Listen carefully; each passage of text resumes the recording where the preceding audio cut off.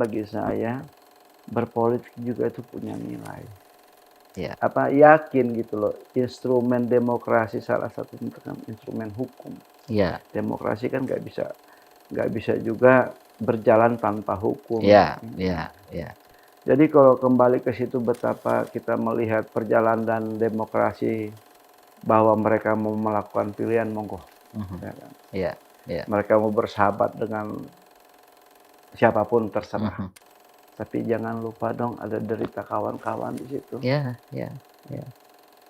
Ada Di mata kita seperti mereka mengkhianati kawan-kawan kita yang sudah gugur ya. Iya, apapun Ya. persepsi mereka tentang demokrasi. Politik itu juga nilai yang harusnya menuntun kita kan. Ya. Bagaimana seandainya sebuah kekuasaan yang dulu digugat tiba-tiba mematikan prosesnya. Iya, iya. Kawan-kawan kan menuntut kembalikan dong teman-teman kami. Iya. Kasih tahu dong mereka ada di mana. Sampai hari ini. Tiba-tiba kekuasaan itu malah mengubur itu semua. Iya. Ya kan? Kepastian akan masa depan apa yang bisa didapat. Orang masa lalu aja dikubur dalam-dalam. Iya.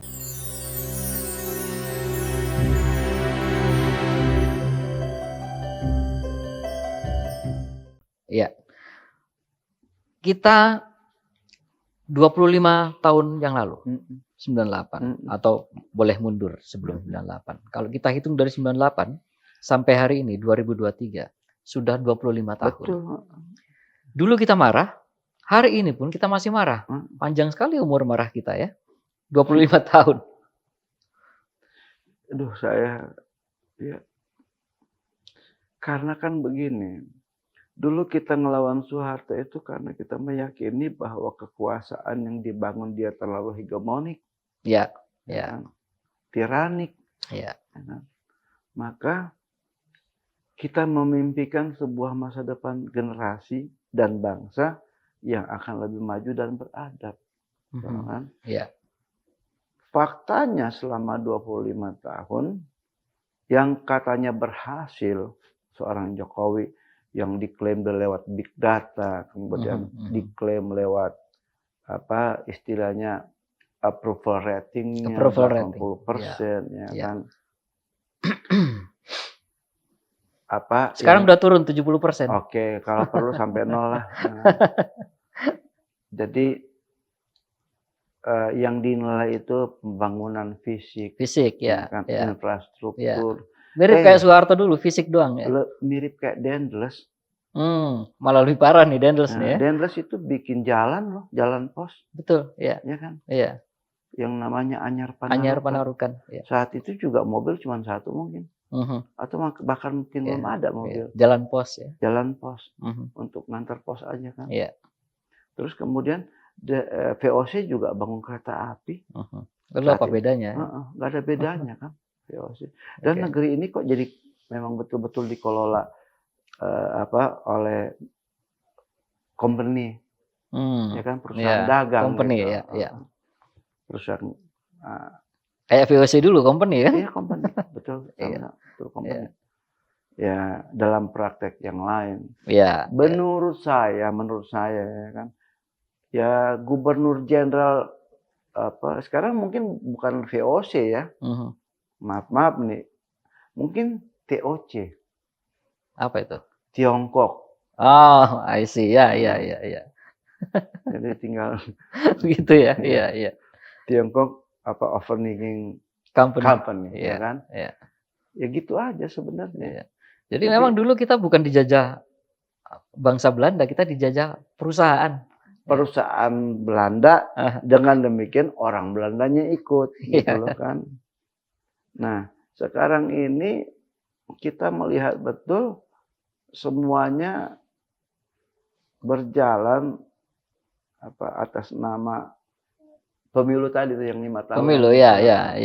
Itu demokrasi prosedural ya. Berhak merampok sumber daya alam, berhak membagi-bagikannya kepada kelompok kepentingan, bahkan yang lebih parah APBN juga mereka rampok untuk kepentingan sendiri gitu loh.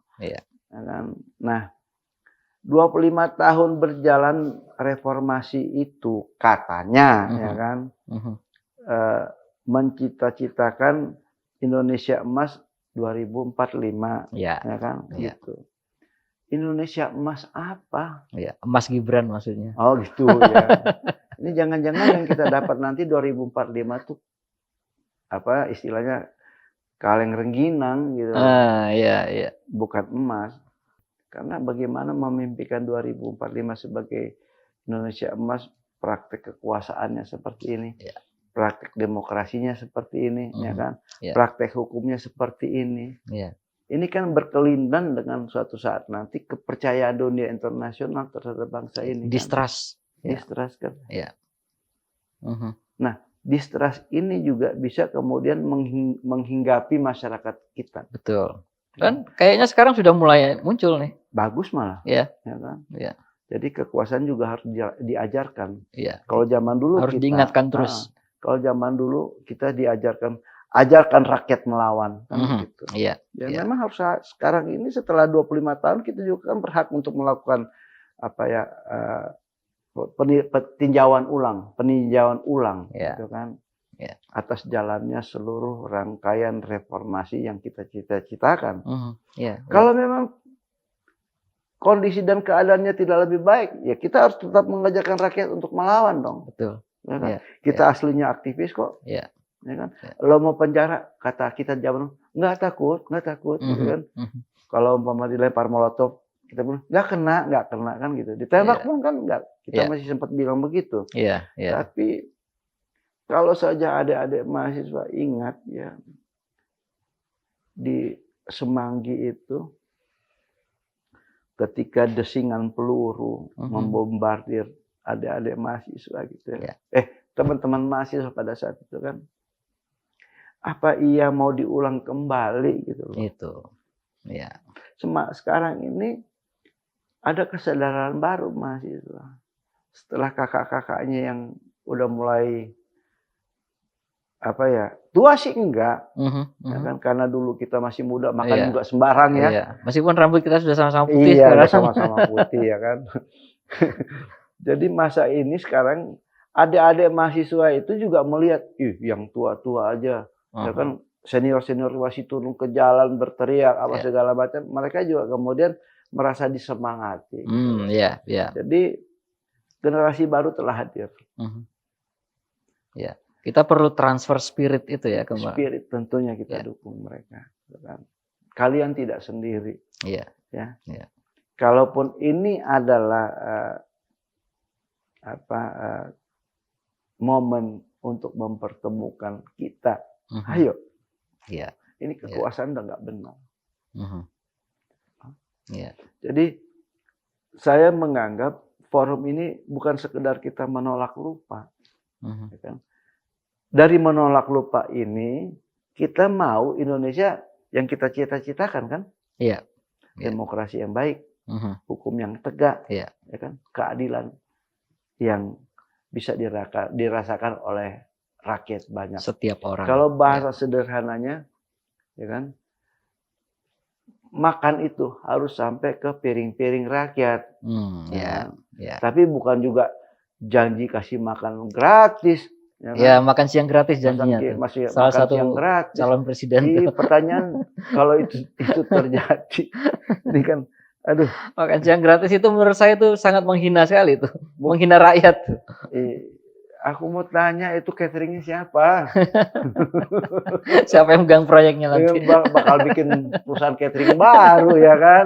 Bikin nanam singkong aja gagal ya kan? Nanam singkong bos, singkong itu kan nggak perlu cuman ada tinggal ditancepin aja lahan ya kan? Lempar aja batangnya jadi. Kus-plus udah ngasih udah benar Kus-plus itu. Kus-plus 50 tahun yang lalu udah ngingetin. Ya kan? Ini dikasih tanah, dikasih duit, ya kan? Duitnya nggak jelas, tanah hutannya hancur, singkongnya nggak jadi. Suruh nanam singkong gagal pula. Bukan gagal lagi, gila ini namanya. Ya kan? Bikin lagi perusahaan untuk beli alutsista, ya kan? Yang dikritik oleh Dr. Koni Raukdin Pundini, ya kan? beli pesawat bekas lagi. Bekas. Ya kan? Yang dulu katanya pernah ditolak oleh si siapa? Juwono. Ya, Menhan sebelumnya, Menhan ya sebelumnya. kan. Ya. Kalau urusan besi bekas ya itu kasih aja sama suku tertentu di Indonesia. Iya. Jagoan dia itu ya. Jagoan dia ya kan. Iya. Kalau untuk beli besi bekas. Iya. Ya kan. Nanti kalau ada makan siang gratis untuk anak SD. Saya kemarin baca-baca itu bukan anak SD aja mungkin ya. Jumlah anak didik yang bersekolah di Indonesia itu udah sekitar 40 juta orang. 40 juta, ya kan? Berarti sehari 40 juta piring dong, 40 juta box dong, ya kan? Keren juga nih kalau jadi bisnis, Mas. Siapa sinterklasnya itu nanti? Ya nanti bikin perusahaan baru lagi, model Agrinas, model TNI gitu kan. Ini kan dugaan kita kan. Jadi memang udah disiapkan untuk korup lagi di pemerintahan berikutnya gitu loh. Terus mimpi republik yang seperti apa lagi yang kita harus idam-idamkan gitu loh. Kalau pada kenyataannya pemilu itu pemilu itu 100 triliun kurang lebih. Iya kan? Ya, biayanya ya. Hanya untuk melegitimasi ya kan? Seolah-olah pemimpin ini udah kalian pilih loh lewat proses demokratis. Ini salah. High cost kita. High cost. Ya kan? Ya udahlah, kalau memang kalian yakin satu putaran ya udah lantik aja sekarang. Ya kan? Tapi jangan marah kalau rakyat bergerak. Ya kan? Jangan kalian juga tipu-tipu rakyat dong. Udah kalian tipu lewat MK, ya kan? Kalian bangun kalian tutup memori kita terhadap peristiwa-peristiwa perjalanan bangsa ini, ya kan? Pelanggaran hak asasi manusia, korban-korban yang ada, ya kan? Kan kita dibutakan itu semua hari ini. Dan adik-adik mahasiswa juga nggak tahu, ya kan? Barangkali, ya kan? Kita aja yang aktivis lupa dengan teman-teman kita ini yang hilang. Gimana orang tua kita? Betul.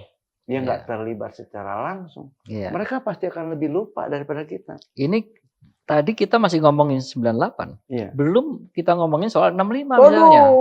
Lebih ribet lagi kita. Memang kalau soal 65 ini kan nanti itu kan juga belum ada proses sudah ada sih sebenarnya impresnya.